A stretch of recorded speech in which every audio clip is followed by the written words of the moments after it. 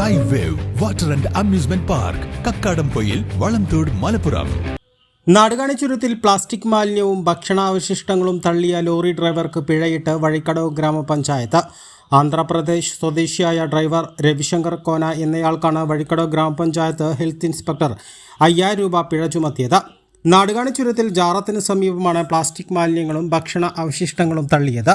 ഈ മേഖലയിൽ വാഹനങ്ങൾ നിർത്തി ഭക്ഷണം കഴിക്കുന്നതും തുടർന്ന് മാലിന്യ അവശിഷ്ടങ്ങൾ തള്ളുന്നതും ചരക്ക് ലോറികളിൽ ഉള്ളവർ ഉൾപ്പെടെ പതിവാക്കിയതോടെയാണ് പരിശോധന നടത്തിയത്. ബീറ്റ് ഫോറസ്റ്റ് ഓഫീസർ ശരത്താണ് പ്ലാസ്റ്റിക് മാലിന്യങ്ങളും ഭക്ഷണ അവശിഷ്ടങ്ങളും തള്ളുന്നത് കണ്ടത്. തുടർന്ന് ലോറി നിർത്തിയിടാൻ ആവശ്യപ്പെടുകയായിരുന്നു.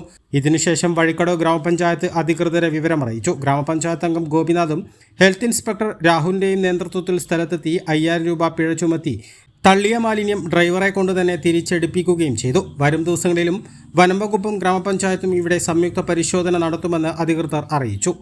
A+ vision Vazhikkadavu.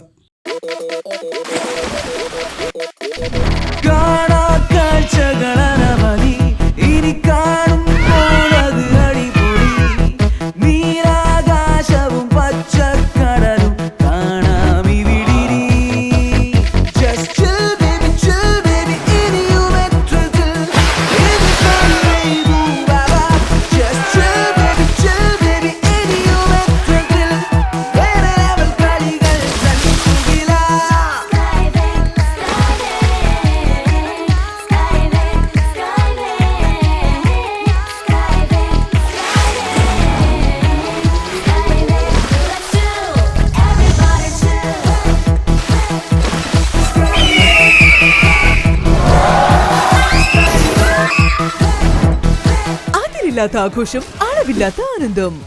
Sky wave amusement park, Kakkadampoyil, Malappuram.